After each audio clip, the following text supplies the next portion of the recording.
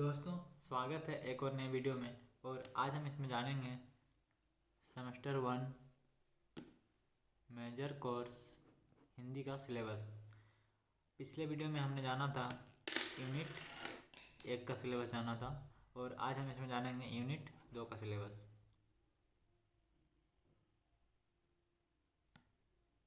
आपको पता होगा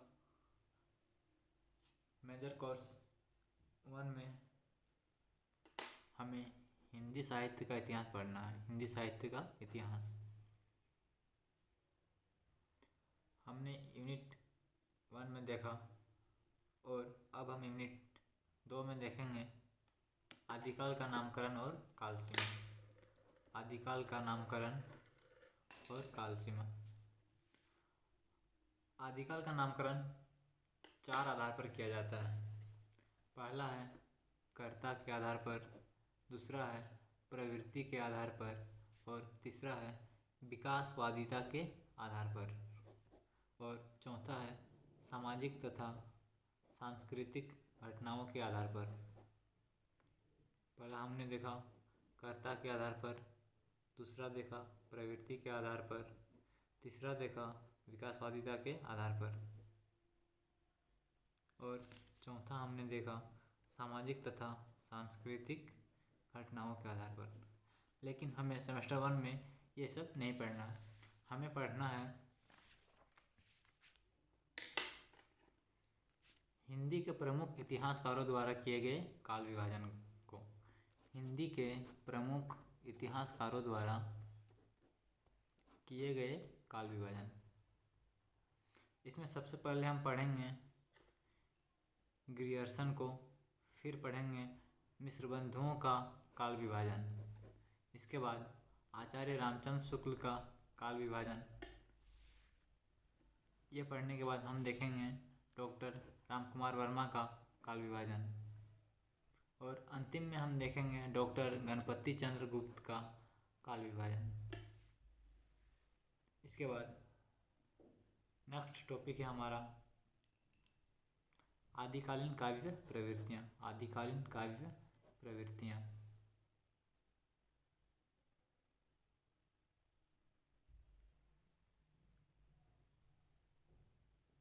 हम आदिकालीन काव्य प्रवृत्तियों में देखेंगे पहला सिद्ध साहित्य, दूसरा नाथ साहित्य, तीसरा रासो काव्य परंपरा और चौथा देखेंगे पृथ्वीराज रासो की प्रामाणिकता। इसके बाद अंतिम में हम देखेंगे प्रमुख रचनाकार। इसमें हमें पढ़ना है विद्यापति और अमीर खुसरो के बारे में पढ़ेंगे। तो सबसे पहले हम देखते हैं सिद्ध साहित्य के बारे थोड़ा सा। सिद्ध साहित्य है बौद्ध धर्म को लेकर, जिसमें पंडित राहुल सांकृत्यायन ने 84 सिद्धों की संख्या मानी है और सिद्ध साहित्य का प्रमुख कवि सरहप्पा को माना जाता है। इसके बाद हमारा आता है नाथ साहित्य। नाथ साहित्य सिद्ध साहित्य का ही एक विकसित रूप है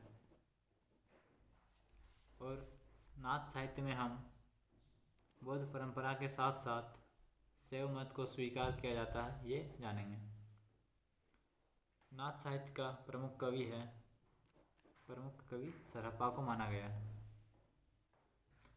यहाँ पे एक क्वेश्चन आता है, क्या सिद्ध नाथ साहित्य है या नहीं? तो आचार्य रामचंद्र शुक्ल ने सिद्धनाथ साहित्य को साहित्य मानने का विरोध किया है। इन्होंने इसे साहित्य मानने से मना कर दिया है, जबकि आचार्य द्विवेदी, हजारी प्रसाद द्विवेदी इसे साहित्य मानते हैं। इसके बाद हम देखेंगे रासो काव्य परंपरा। नेक्स्ट टॉपिक है हमारा रासो काव्य परंपरा। रासो काव्य परंपरा हिंदी साहित्य का एक विशिष्ट काव्य धारा है। रासो काव्य परंपरा हिंदी साहित्य का एक विशिष्ट काव्य धारा रही है, जो वीरगाथा काल में उत्पन्न होकर मध्ययुग तक चली।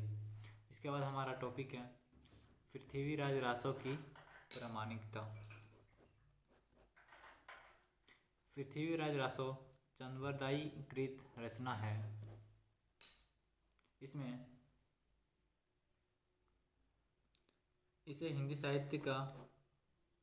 साहित्य के इतिहास का पहला महाकाव्य माना जाता है और इसे लिखा है चंद्रवरदायी ने।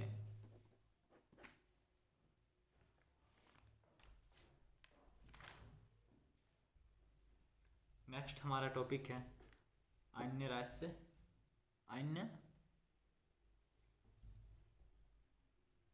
अगला हमारा टॉपिक है अन्य रासो काव्य।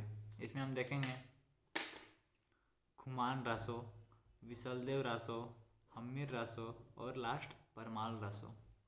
खुमान रासो 9वीं सदी की रचना मानी जाती है और इसके रचनाकार माने जाते हैं दलपति विजय। खुमान रासो के रचनाकार माने जाते हैं दलपति विजय। दूसरा हमारा था विशलदेव रासो। ये माना जाता है 1155 की रचना है और इसके रचनाकार माने जाते हैं नरपति नाल्ल। ये इनके रचनाकार माने जाते हैं।